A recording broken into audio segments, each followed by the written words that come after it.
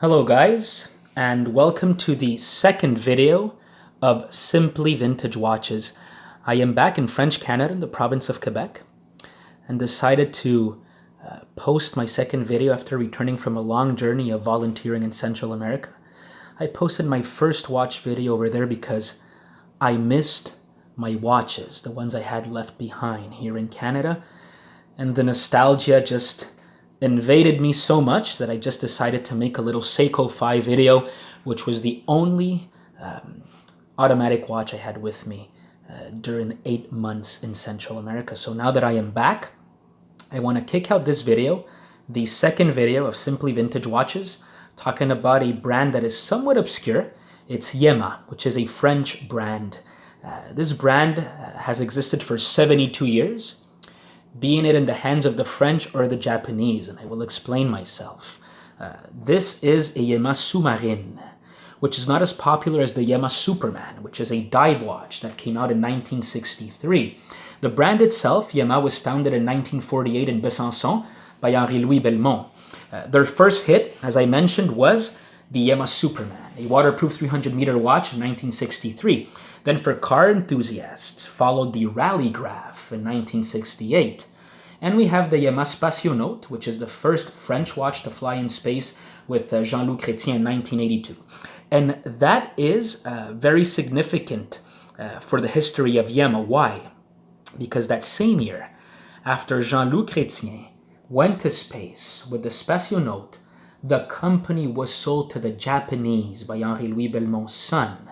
And he sold it in partnership with Thomas Takes, and he took control of Yema with the Japanese. So that came for a very, very long time because it was in the hands of the Japanese for 6 years before Yema became again a French company in the hands of Louis-Éric Beckensteiner in 2004.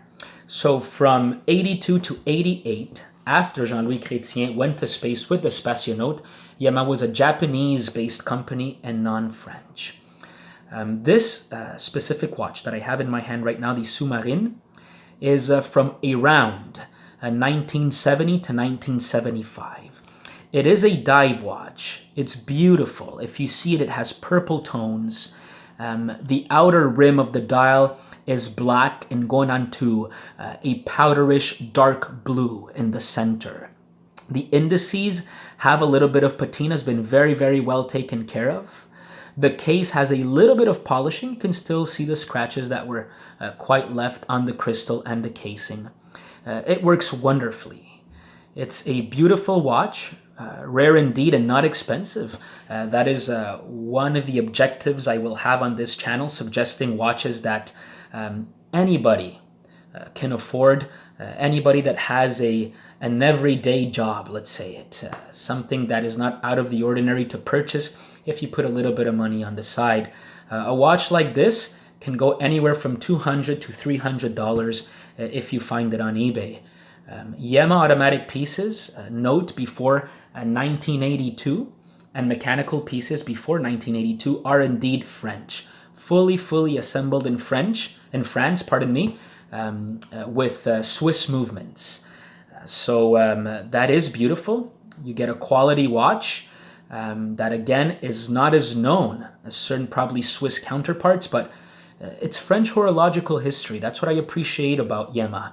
There are not too many French watches out there.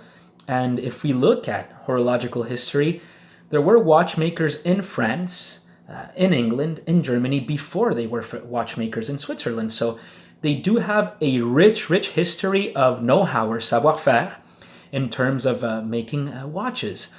This one I particularly enjoy. I will throw it on the wrist right now and you'll see how it fits my 6 1/4 inch wrist. In fact, this is the largest watch I own right now. Case without the crown, it's at 39 millimeters without the crown. Usually my watches are from 32 to 34 millimeters is what I prefer. I have a few that are 36, but this is again my largest watch. So I will throw it on the wrist and you'll see how it fits.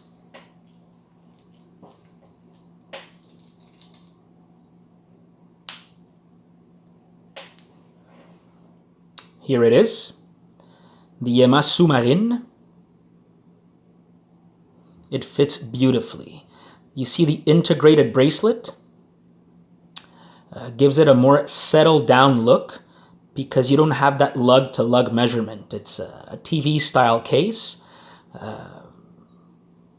very reminiscent of the 70s. You can see it has that domed crystal that we all appreciate, us that love vintage watches. It's a little high up. I haven't measured how high it is, but it does fit well under the cuff. So you can dress it up, you can dress it down, wear it with jeans. I was wearing it this morning with a little dressier aspect. So that's my first video, guys. I hope you enjoyed it. Look for Yema. I love the brand, particularly before 1982, and enjoy it. So ciao, guys. Thanks for checking out my new channel, Simply Vintage Watches. I will bring out more suggestions in the future of affordable watches for all of us. Ciao. Bye-bye.